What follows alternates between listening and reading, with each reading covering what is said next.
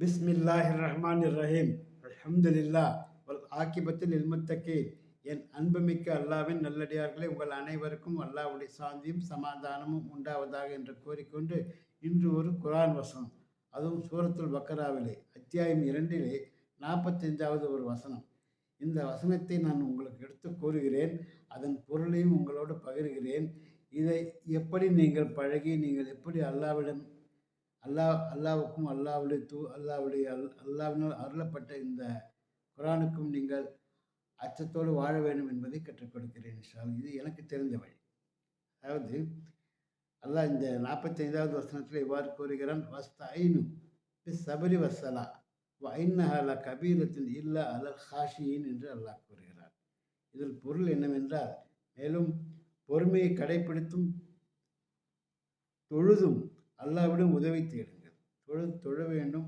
தொழுதவுடன் தொழும்போது நீங்கள் பிரார்த்தனை செய்யும்போது அல்லாவிடம் அல்லாவிடம் கையேந்து கேட்கும் பொழுதே சற்று நீங்கள் பொறுமையை மேற்கொள்ள வேண்டும். உடனே இன்று கேட்டு நாளே கிடைத்துவிடும் என்று நீங்கள் ஆசைப்படக்கூடாது. அல்லாஹ் நிச்சயம் உங்களுடைய துவாவுக்கு பதில் அளிப்பான், உங்களுடைய கோரிக்கையை நிறைவேற்றுவான் என்ற நம்பிக்கை உங்களுக்கு வேண்டும். அதாவது அப்படி நீங்கள் அல்லாவிடம் உதவி தேடுங்கள். நிச்சயமாக தொழுகையானது உள்ளச்சம் கொண்டவர்களை தவிர மற்றவர்களுக்கு வலுவாகவே, பாரமாகவே, மிகவும் சிரமமாகவே இருக்கும் என்று அல்லாஹ் இங்கே கூறுகிறார். உங்களிடம் உள்ளச்சம் இருக்கிறதா?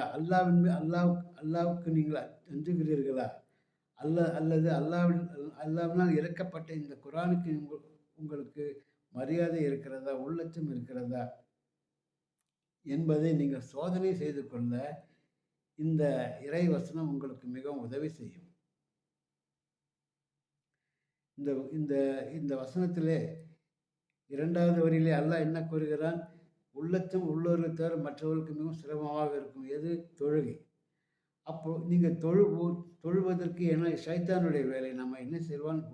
நமக்கு மிகவும் அது பலுவானதாகவும் மிகவும் பாரமாக இருப்பது போலவும் நமக்கு என்ன செய்வான்? மனதிலே ஒரு ஊசலாட்டத்தை ஏற்படுத்துவான். அந்த ஊசலாட்டத்தை தவிர்க்கவும் அதிலிருந்து மீளவும் நமக்கு உள்ளச்சம் இருந்தால் இந்த ஊசலாட்டங்களை இந்த இந்த பலவீனமான அமலை நாம் தவிர்த்து கொள்ளலாம்.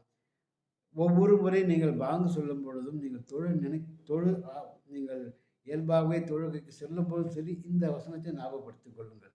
இந்த வஸ்தைனு பிஸ்ஸப்ரி வஸ்ஸலா இன்னஹா லகபீரத்துன் இல்லா அலல் ஹாஷியின்.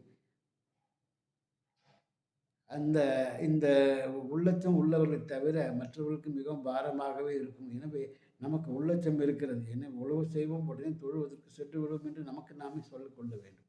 அவ்வாறு சொல்லிக்கொண்டு நாம் பள்ளிக்கு விரைந்து விட வேண்டும். பள்ளிக்கு நேரமாகிவிட்டதா, வீட்டிலே தொழுதாலும் சரி, மிகவும் சிறப்பாக தொழும் தகுதியை நாம் ஏற்படுத்திக் கொள்ள வேண்டும். இவ்வாறே நம்மை சேர்ந்தவர்களுக்கும் இந்த விஷயத்தை நீங்கள் கற்றுக் கொடுக்கும்போது உள்ளச்சம் இல்லாதவர்களுக்கு உள்ளச்சம் வந்துவிடும்.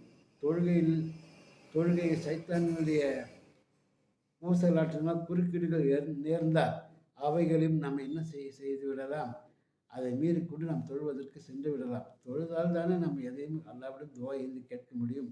அதற்கு முக்கியமானது இந்த உள்ளச்சத்தை வரவழைக்க இந்த வசனம் மிகவும் நமக்கு உதவி புரியும் என்று கேட்டுக்கொண்டு, இதை உற்றார் உறவினர் மற்றும் குடும்பத்தை எல்லோருக்கும் நீங்கள் என்ன செய்யுங்கள்? தெரியப்படுத்துங்கள், பகிருங்கள் என்று கேட்டுக்கொண்டு வாய்ப்புக்கு நன்றி கூறி விடைபெற்றுக் கொள்கிற வாஹர் தவானா அல்ஹம்துலில்லாஹி ரப்பில் ஆலமீன். அஸ்ஸலாமு அலைக்கும் வரஹ்மத்துல்லாஹி தஆலா வபரகாத்துஹு.